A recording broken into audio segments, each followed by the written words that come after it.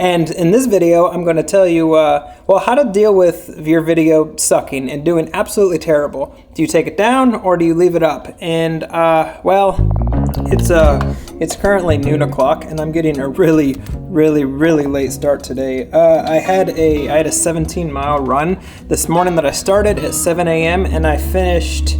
And granted, I took breaks and stuff like that just because if you've ever ran 17 miles, you'll know that if you take breaks, the run's a lot more enjoyable.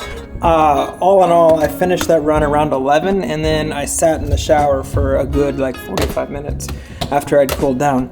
All that to be said, it is 12:21, and I'm just now making my breakfast. Savannah comes home today, and she comes home actually at 1.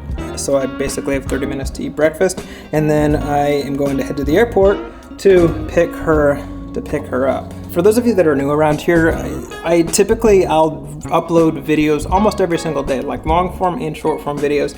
And when you upload videos at that kind of rate, typically you get some videos do really well and some videos really just do terrible. And today my video sucks.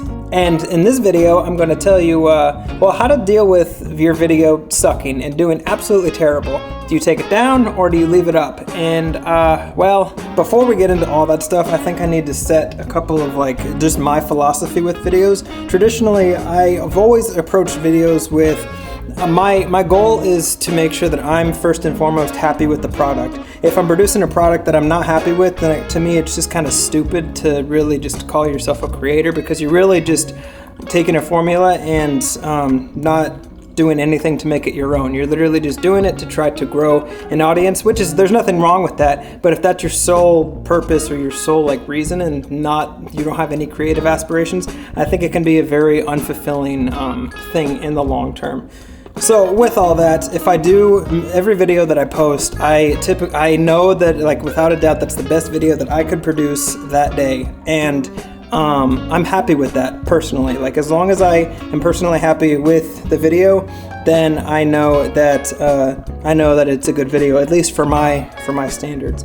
Now I know that's an incredibly selfish way to approach video creation and posting on the internet, and I'm honestly okay with that, because one of the reasons I'm doing these videos is for future me or my future kids or future.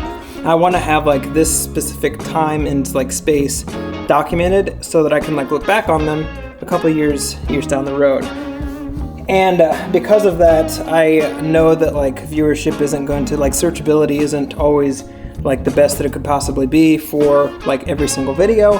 And when you have experimentation, you inherently take a risk, and that's what yesterday's video or today's video that posted was. It was a experiment, it was a risk, and as of right now, it is doing terribly.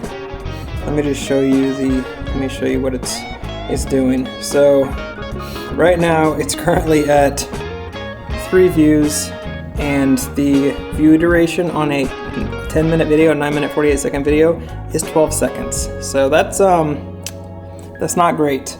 But basically, to give you a little premise on what the video is basically just me. It's a single shot of a top down and me just talking about how I broke one of my favorite lenses.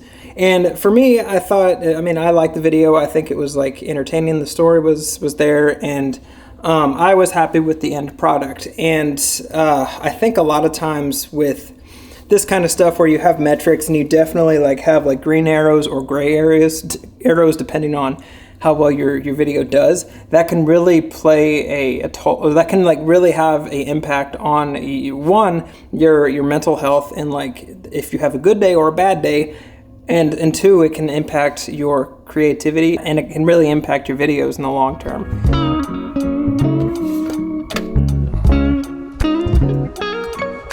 Traditionally, how I deal with videos just not doing well, I do with it probably the most immature way that you possibly can, and that is that I just don't look at the metrics. I literally, I'll check on them occasionally, but as a rule, I typically don't check their metrics maybe but once a day, and that's something that I've really had to discipline myself in doing. But I think because of that, I'm enjoying the video making process a lot more, one, and two, I'm not driving myself crazy by looking at numbers on the screen that really don't make a difference, especially in the first 24 hours. Now, I'm definitely not saying to just ignore the analytics completely, because I think that they do really help, especially in the beginning when you're trying to figure out how to make videos that people want to watch.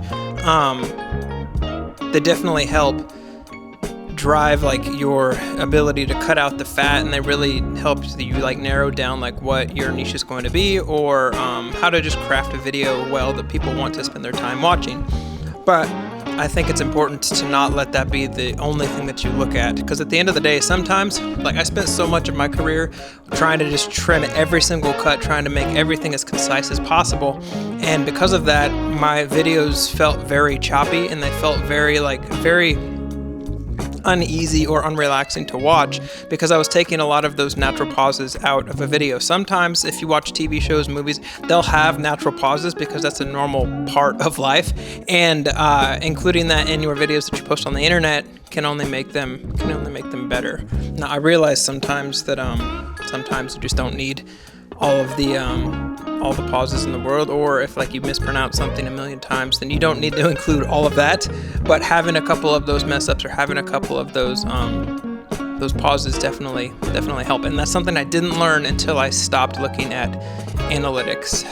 What's my goal here? Like, why am I making this video? Why am I telling you about how to deal with videos I think because at the end of the day, everybody makes bad videos. Everybody has videos that do well, and everybody has videos that don't do well. And I think it's really hard to predict what is going to do well and what isn't going to do well. I just think the only thing that you can control is how you react to the videos not doing well, or the videos doing well.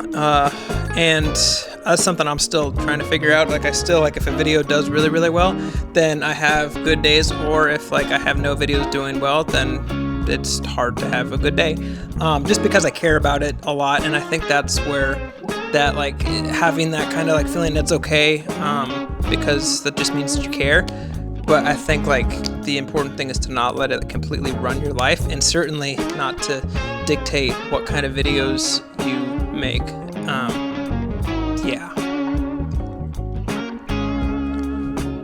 All right, I have 30 minutes to finish this and get to the airport, and it takes 20 minutes to get to the airport. So I'm gonna go, and I'll catch back up with you in a